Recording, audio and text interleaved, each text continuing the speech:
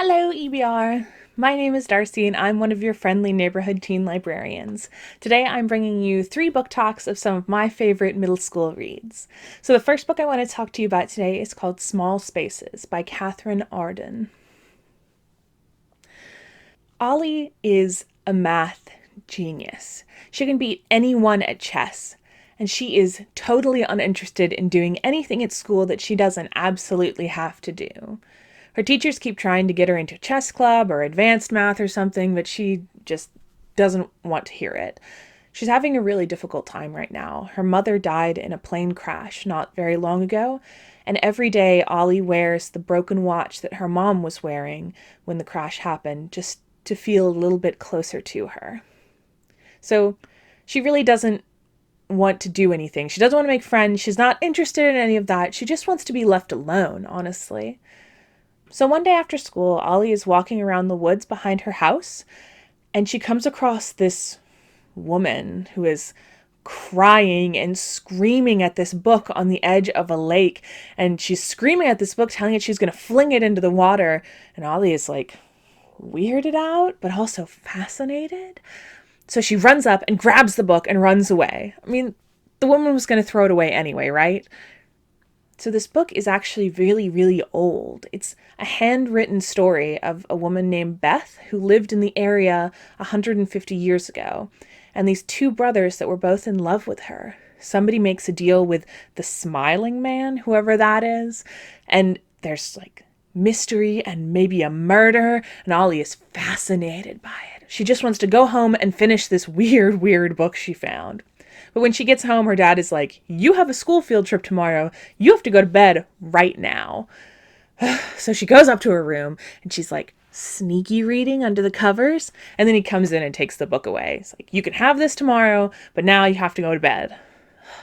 Fine. So the next day, Ollie and her class go on a field trip to Smoke Hollow, which is like a fancy organic farm where they're going to learn about organic milking and how to grow the fanciest of crops, and Ollie is totally uninterested. She just wants to get back on the bus and finish her weird book. Smoke Hollow is kind of a weird place itself. It was abandoned for a long time before the owners turned it into this kind of fancy organic farm. 150 years ago, something really horrible happened there, and a bunch of people disappeared, never to be seen again. So Ollie doesn't care about any of that. She just wants to get back on the bus. And eventually the field trip is over, and all the kids get back on the school bus, ready to go back home. And they're on their way home, driving back, and they're driving through all of these cornfields on either side. And then the bus breaks down. I mean, buses break down, right? That's a thing that happens. It's fine.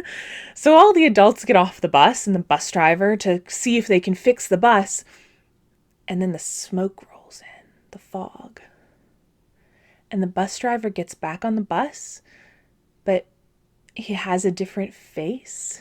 And he's saying all of these weird things like the kids need to run. And if they go, they need to stay away from wide open spaces. They need to find small spaces, but they need to run now. And Ollie is freaking out. She is ready to go, man. It is time. She's trying to convince her classmates to go with her, and none of them want to leave. They're too freaked out. But 2 kids are willing to go with her. Brian, who is not her friend. They had a fight at the beginning of the book. And Coco, who's brand new and adorable and desperately in need of a friend. And Ollie does not want to be that friend. But it is time to go because Ollie's broken watch is just flashing "run" across the screen. And so they do. They run. They leave the bus. They run through these cornfields full of scarecrows and into the woods. But something is following them. So if you want to find out what happens to Ollie and Brian and Coco and what's going on in Smoke Hollow, I would highly recommend Small Spaces. It is a great spooky read without being too scary. It is really good. And it's the first in a series of 4. So that is Small Spaces by Katherine Arden. So the second book I want to tell you about today is Sauerkraut by Kelly Jones. HD, short for Hans Dieter, is a teen who likes to make plans. And he has an awesome plan for this summer. Number 1. Build an obstacle course for Mr. Z's goats with Eli, his best friend. Number 2. Help Eli practice for his dance recital at the summer county fair. Number 3. Clean out all the old family junk in Uncle Wallace's basement so that he can earn money for number 4. Building his own computer from scratch to compete in the county fair tech category. It's a pretty good plan, and HD is really excited about all the fun he's going to have this summer. But what the plan doesn't account for is accidentally finding the ghost of your great-great-grandmother in a pickle jar in your Uncle Wallace's basement. So Oma, HD's great-great-grandmother, is a ghost, and she's excited to meet her family and get to do things again. She's been in that pickle jar for a long time. But really the only thing she wants to do this summer, the one thing on her to-do list, is to win the Pickle Queen Award at the county fair with her sauerkraut recipe. It's like a kind of cabbage pickle. HD doesn't know what it is either, but Oma sure is excited about it, and they're really willing to help her fulfill her dreams. She is a ghost after all. It's hard to make sauerkraut as a ghost. But with all of this pickling and unexpected family time, will HD have time to finish his computer and fulfill his summer dreams? Or will Oma's plans have to come first? If you're looking for a kind of friendly family ghost read, this is a great one. It is Sauerkraut by Kelly Jones. So the third and final book I want to tell you about today is The Dark Lord Clementine by Sarah Jean Horwitz. Someone has cursed Clementine's father. This isn't entirely unexpected given his line of work, but generally he would be the one cursing people, not the other way around. You see, Clementine's father is a Dark Lord. The Dark Lord Morcerus, in fact. And one day, Clementine is expected to take over that title and become the new Dark Lord Morcerus. Only, she didn't expect it would be this soon, and she's not ready. But her father locks himself in the tower to try and figure out how to undo the curse, and it's up to Clementine to keep the castle running and keep the name of the Dark Lord Morcerus in good standing. Well, good standing.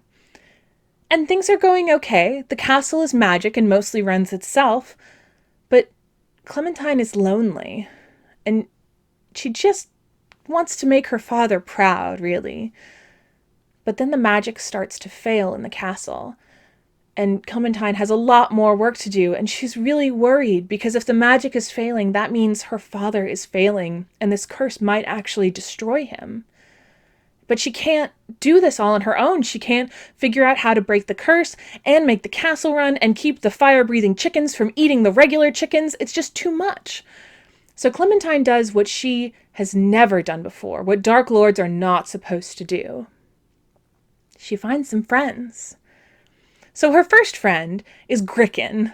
It is a chicken, a giant chicken, that used to be a spell book. And every once in a while it lays an egg that is some spell that Clementine actually needs.